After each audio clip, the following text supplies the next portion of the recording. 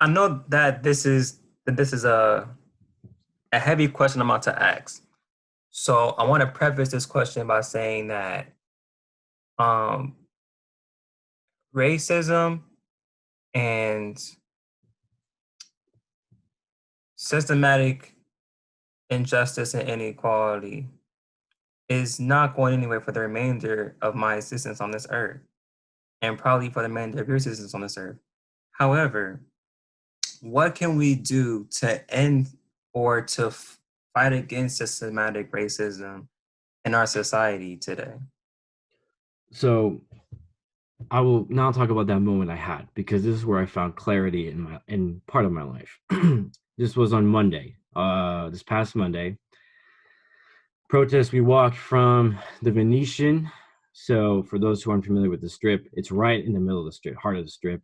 It's if you're familiar with any European cities, it's a square essentially. There's like a big monument and stuff like that. It's a nice little hotel. But we started there, which is about 10 miles from our endpoint. We marched from there all the way to Container Park again, which is in the heart of downtown. Yeah, it was a lot. That's And it was far. and That's it was far for people that don't know. How many miles would you say that is? that's about 10.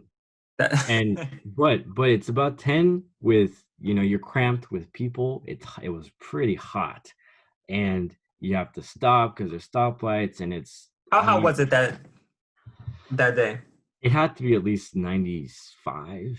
See, and like people don't understand that Vegas is a desert. Let me explain something to you. Vegas has dry heat. This isn't heat that has water in it, okay? There's this thing called humidity that I didn't understand until I came to the East Coast of the United States. Yep. So, listen, this is dry heat, okay? With people going 10 miles from the heart of the strip during COVID-19 under this president who's a capitalist. You see what I'm saying? So, and this was during the time when the strip was still closed. So I don't think the strip opened yet, right? This was Monday. What's the date? Uh, this was last week, was it? It was, Because yeah. the strip just went on phase one recently, very recently. Wow, it's been 2 weeks. Sorry. Yeah. So last week, yep, the strip officially opened up the 4th. We went on the 1st. Yeah, so like the strip was still empty, except for the protesters. So anyway, continue. I'm sorry. No, no, that's good to provide context because for many, um, this is for me. I've done the walk several. I mean, I've walked the same amount several times, whether it's inside a hotel or around the strip.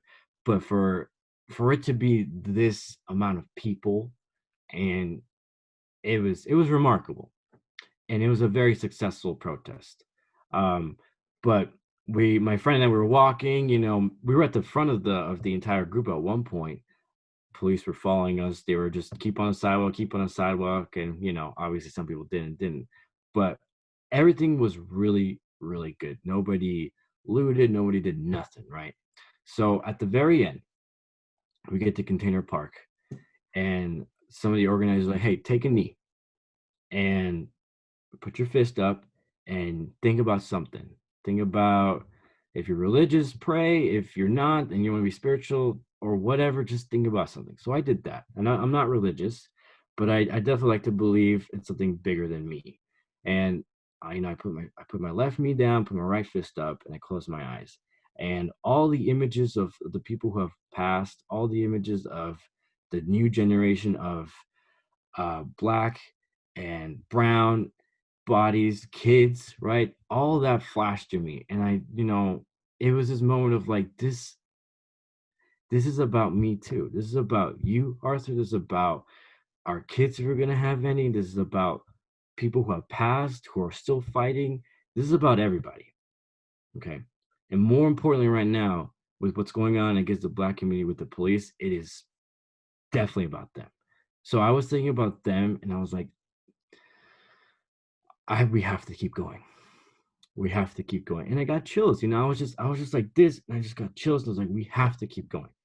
And just more images of what can happen and what should happen just flooded my mind, opened my eyes. I was like, wow, this is what it is. This is exactly what it is about, and that's, to answer your question, I don't know the answer. I don't think anybody really knows the answer besides continuing these things. And I think there has to be a step approach, right? Because guess what? People who say the protests that turn into riots due to the police don't work, they work. They have been working for the past 2 weeks now, right? And once, and I like to think of this part as the not necessarily the grieving process, but the hurt and the traumatic process of that. Once this is solved, because these initially started to get the officers involved in George Floyd's murder accounted for, right? And that's happened. All four have now Correct. been cleared. Now, from what I'm seeing on social media, Breonna Taylor's name, rest in power, has been floating around more often now, and they're trying to get justice for her too, right? So there are many small things that always lead up to something bigger, right? So this is how I'm seeing it. This is step one. It's protesting the recent events and getting things figured out. And guess what? That's happening, right? So once more of these start to work, which they are, the next step, which will be figuring out how to change the system, right? Because that is a whole revolutionary idea. Who knows how to do it? That's the unfortunate truth. There have been people who trying to pass things. There have been conversations with the government that have gone to nothing. There have been attempts at other protests that have worked and it didn't work. People forget Ferguson, but that wasn't 10 years ago. That was less than that, right? I believe it's 2014. You know, Hmm. so this is a constant battle because people thought back then it was going to work. It hasn't, you know. And the unfortunate too is how many more of these needs to happen? None. The answer is none. Nobody else should die for this to change. But that's been the truth. More have died. So to answer your question, I don't know, other than continuing what we can do right now, which is what I've been doing, right? Signing petitions, donating, having conversations, trying to educate people. Because once people understand, right, especially those who are not affected by this directly, once they understand, that coalition gets bigger and bigger and bigger. And I firmly believe that people should not be afraid of the government. It should be the other way around. The government should be afraid of people because we are more than the members of Congress, than the presidential, cabinet, than everything. We are collectively more people than that. And as long as you can rally around the same idea, because again, this is not red or blue. This is right and wrong. There's a distinct line. If people can get together, everybody can get together, fight for this cause right now, right? Then ideas start to pour in, resources can get allocated, and a venture to changing something, right? Changing, whether it's a police department, whether it's whatever. I'm not too familiar with the justice system and everything because that's not what I studied. What I'm learning is through people like yourself who understand these things, being a part of these movements, right? Being on the front lines and hearing people talk. That's how I've been learning, right? And I want to keep learning because that's how you find an answer to your question, is by learning, by banding together, by continuing these small steps forward, right? Because the next step, who knows, right? We didn't know what to do with COVID, right? Nevada did what they thought was best, and so far it's working, just like every other state's doing what they think is best. And as complicated as that problem is, racism is also a disease that is very difficult to eradicate because it is, right? It's unfortunately a part of humanity. Sorry, my phone went off. Absolutely.